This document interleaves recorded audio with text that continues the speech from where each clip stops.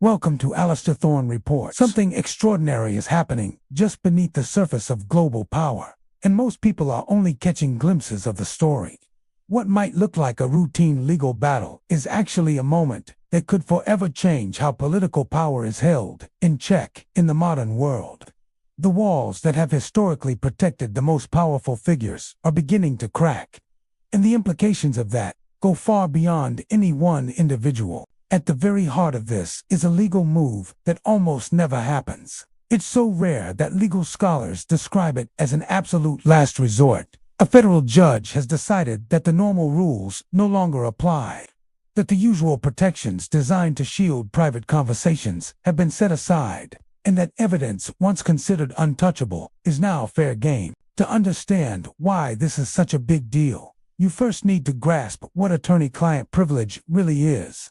In every serious legal system, this privilege is sacred. It exists so that a person can speak freely and honestly with their lawyer without fear. You can admit to your mistakes. You can explain uncomfortable truths. You can tell the entire story, knowing that those words won't later be used against you in a courtroom. This protection is the very backbone of our legal defense system. Without it, the whole thing collapses into silence and mistrust. That's why judges protect it so fiercely. That's why it is almost never broken. Almost. There is one exception, and it's intentionally narrow. If a court finds that a lawyer was being used not for legal defense, but as a tool to commit or cover up wrongdoing, then the privilege no longer serves justice. In that specific case, it becomes a shield from misconduct instead of a safeguard for fairness. And this is exactly where the story takes a sharp turn. According to court findings, prosecutors presented evidence that showed a disturbing gap between what was officially certified and what was later discovered. A sworn statement claimed that a thorough search had been completed and that only a limited number of sensitive materials were found. That statement was presented as final, accurate, and complete. But when independent authorities conducted their own search, they uncovered far more than what had been disclosed. This wasn't a minor discrepancy. It was a massive one. The kind of difference that forces a court to ask a very uncomfortable question. Was the lawyer misled?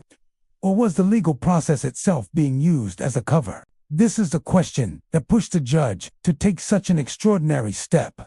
After reviewing the evidence, the court concluded that there was enough reason to believe that legal privilege had been abused. That legal advice may have been used not to comply with the law, but to obstruct it. With that finding, the unthinkable happened.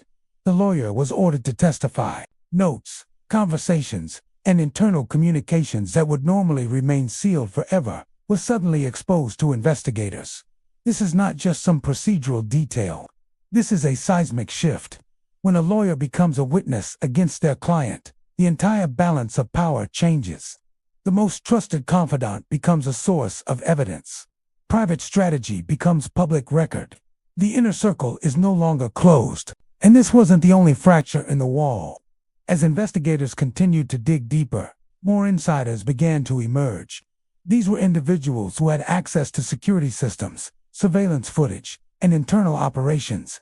People who had initially stayed silent, but then decided that silence carried its own kind of risk. According to extensive reporting, testimony began to surface about internal efforts to move materials, manage access, and control what investigators could see. We're talking about digital systems, physical storage locations, and communications that revealed coordination rather than just coincidence.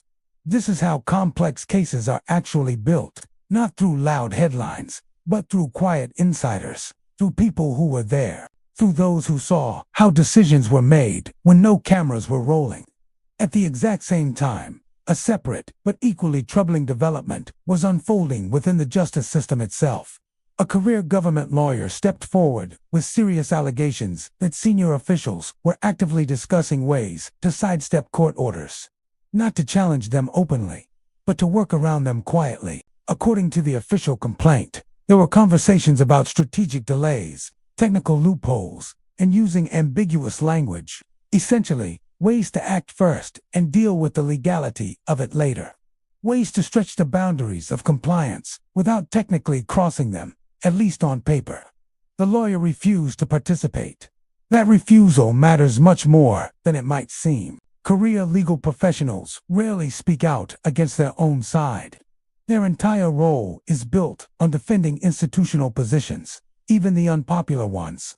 So when someone in that position says they will not sign, will not certify, will not stand behind arguments they believe are misleading, it sends a powerful signal that a critical line has been crossed. By documenting these concerns and bringing them forward, the whistleblower did something else just as important. They created a record, a paper trail that investigators, courts, and future officials cannot easily ignore or dismiss. When you take all of these developments together, they point to something much larger than a single case. They reveal a system under immense stress, a system that is testing its own limits, and a judiciary that is increasingly willing to use its most powerful tools when it believes those limits have been pushed too far. This isn't really about politics in the usual sense of the word. It's about precedent. It's about whether legal protections remain absolute, or whether they depend entirely on how they are used. It's about whether loyalty and secrecy can still override accountability in the end. When privilege is pierced, when insiders testify, and when whistleblowers speak up, the message is unmistakable. Power no longer guarantees insulation. Influence no longer ensures silence. And legal shields, no matter how strong they seem, can break if they are pushed too far. What happens next will depend on how our courts, institutions, and individuals respond to this moment. But one thing is already crystal clear. The era of unquestioned protection is ending, and the consequences of that shift will echo far beyond this single story. Thank you for watching. If you found this breakdown valuable, please consider liking this video and subscribing for more deep dives into the stories that are shaping our world. We'll see you in the next one. What we're witnessing right now isn't just a single legal battle or some isolated political drama. It's much bigger than that. It's a live stress test, showing us how modern power structures react when they're squeezed from every direction at once. Because here's the thing. Once the legal walls that protect the powerful start to show cracks, the fallout never stays inside the courtroom. It spills over. It floods into our institutions. It strains international alliances. And it chips away at the public's trust. And that's where the real, lasting consequences begin to unfold. If you look across international media today, you'll see one word, one theme, appearing over and over: uncertainty. I'm not talking about chaos or total collapse. It's a quieter, more unsettling feeling. It's uncertainty about the boundaries we all just assumed were solid and unmovable. For decades, the most powerful systems in the world ran on predictability. The rules were clear, or at least we thought they were. The processes were deliberately slow, and the most important outcomes were usually decided behind closed doors, long before the public ever heard about them. That era is rapidly coming to an end. So what makes this moment so different? It's not just that legal pressure is being applied. It's the timing and the scale of it. We're seeing multiple, powerful institutions facing intense scrutiny all at the same time. We're talking about judicial systems, secretive security agencies, and the very top levels of political leadership. When these pillars are all shaken simultaneously, the effect isn't just added up, it multiplies. The shockwaves get bigger and travel further. International observers and foreign governments understand this dynamic perfectly. History has shown us time and again that when a country's internal accountability mechanisms kick into high gear, its external posture, its behavior on the world stage, almost always hardens. Governments become more cautious, more defensive. Allies start calling, looking for reassurance that everything is stable. And adversaries, well, they see an opportunity to gently test the limits, to see what they can get away with. We're already seeing this play out. The language of diplomacy has shifted. It's subtle, but it's crystal clear if you know what to listen for. Official statements are suddenly filled with words like stability, continuity, and unwavering commitment to institutions. Those words aren't chosen by accident. They are signals. They're designed to calm jittery financial markets, reassure nervous allies, and pacify domestic audiences, all at the same time. But make no mistake, behind that calm language, quiet but urgent strategic recalculations are happening in capital cities around the world. One of the most important questions being asked in these private meetings is this: how much exposure is too much? When the internal deliberations of government, the once private advice given to leaders, suddenly becomes public testimony in a courtroom, the entire process of decision-making changes. The appetite for taking risks plummets. The need to document every single conversation skyrockets. And personal accountability becomes something you can no longer dodge. This has consequences that ripple out far beyond any single legal case. It slows down the machinery of government.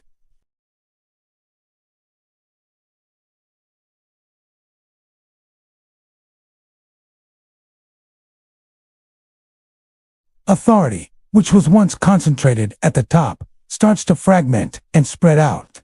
From an international perspective, this is a huge deal. Why? Because global leadership, whether you like it or not, depends on three things: clarity, consistency, and predictability.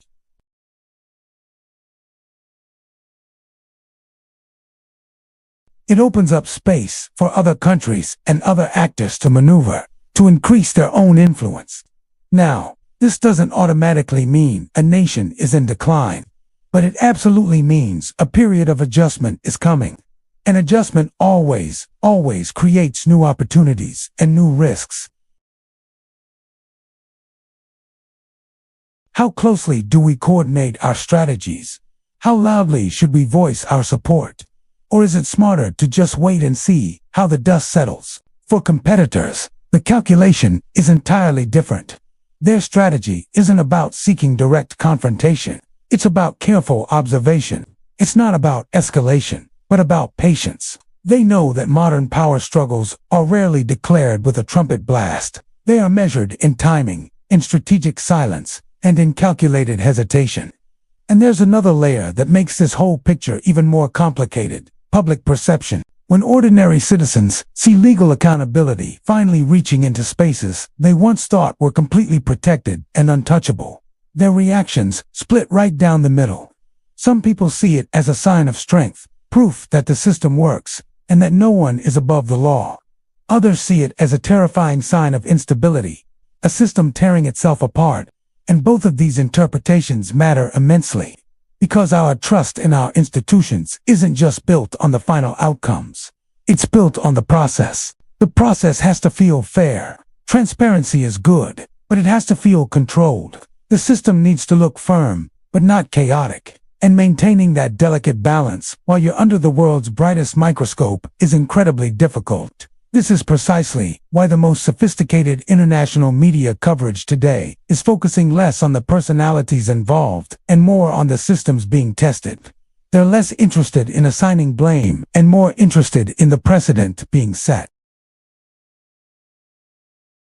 The real question is, what does this unlock next? Will the courts continue to assert their authority this aggressively, pushing the boundaries of their power?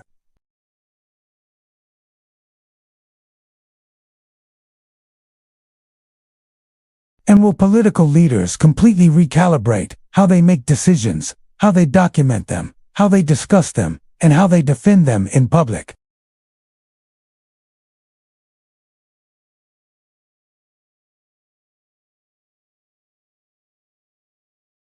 The shields that once offered absolute protection are becoming more limited, and a person's or a country's influence is depending more and more on their credibility, and less on their official position or title. This kind of fundamental transition doesn't happen overnight. It unfolds in predictable phases. First, you have the legal pressure. Then comes the institutional response. After that, the political adjustment. And finally, you get public normalization, where the new reality just becomes the way things are. Right now, it feels like we are somewhere between that second and third phase, the institutional response and the political adjustment. And that is why this moment matters so much. Not because of the daily drama or the screaming headlines. It matters because our core systems are being put under pressure. And they are revealing their true nature, showing us how they really behave when tested. So, in the months ahead, remember that the most important developments might not be the loudest ones. They won't be the scandals or the resignations. They will be the small, procedural changes, the technical legal arguments. But taken together, those are the things that will quietly but definitively shape how power operates for the next decade.